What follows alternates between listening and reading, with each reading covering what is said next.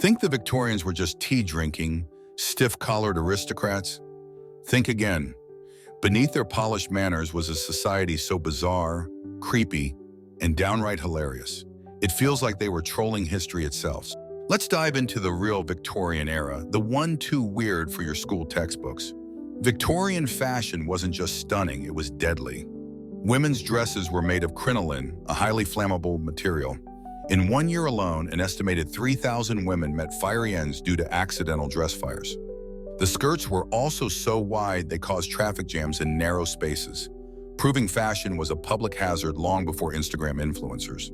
And those gorgeous emerald green gowns, they got their color from arsenic.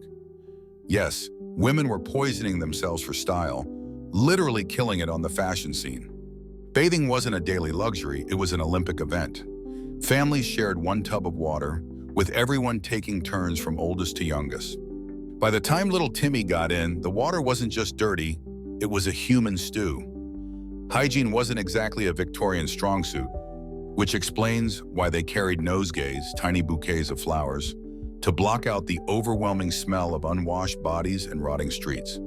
And if you think their laundry habits were better, guess again. Victorians used urine as a cleaning agent.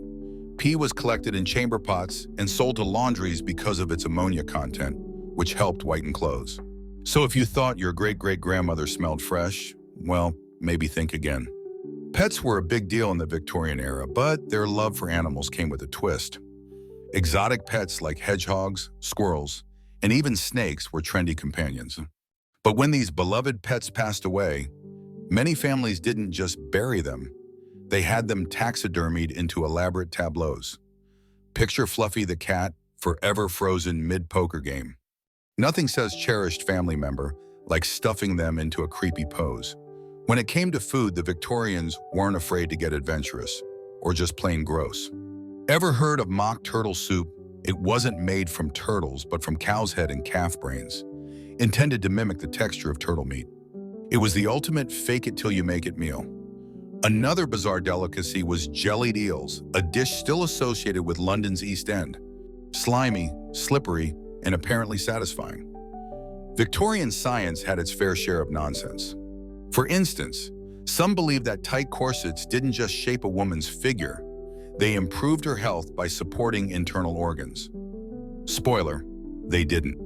Corsets often cause fainting, internal damage, and, in extreme cases, death.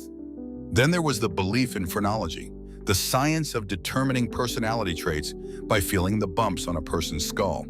Imagine diagnosing someone as criminally inclined because of a slightly lumpy head. Table manners were another Victorian obsession. Sneezing at the dinner table, practically a federal offense. Using your left hand to hold a fork? Scandalous. Wealthy families even hired etiquette coaches to teach them how to properly drink soup. Imagine paying someone to tell you, don't slurp. And don't even think about putting your elbows on the table unless you wanted to be disowned. Victorians weren't just afraid of dying, they turned death into an art form.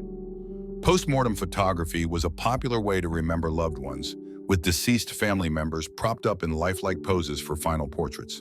Some even added fake eyes to make the dead look alive. And because one creepy tradition wasn't enough, death parties were also a thing. Yes, they'd host dinners with the deceased propped up at the table. Uncle Henry hosting his own wake, now that's a party to die for. Their hobbies were equally bizarre. Victorians loved seances and spirit boards. Even Queen Victoria herself was rumored to dabble in contacting the dead. And their health remedies? Cocaine, opium, and arsenic were prescribed for everything from toothaches to hysteria. Doctors were basically 19th century drug dealers in lab coats. The legal system had its quirks too. Did you know it was illegal to impersonate a ghost? Dressing up in a bedsheet to scare someone could land you in jail. And then there were professional mourners, people paid to cry at funerals. The louder you wailed, the more cash you earned. It was like being a Victorian influencer, but instead of followers, you got paid in tears. Victorians were also fascinated by public entertainment, but their idea of fun was questionable. They attended freak shows, where people with disabilities or rare conditions were put on display. They visited asylums for entertainment, treating the mentally ill like a tourist attraction. And let's not forget their love for public executions, which were seen as family-friendly events. Imagine bringing the kids to watch a hanging instead of going to the movies. The Victorians weren't just quirky, they were an oddball mix of genius, eccentricity, and absurdity. From deadly fashion choices to ghost-related laws, they lived a life that was as strange as it was fascinating. So what's your favorite Victorian oddity? Let us know in the comments, and if you want more weird and wonderful history, hit that subscribe button. Trust us, the past is way weirder than you think.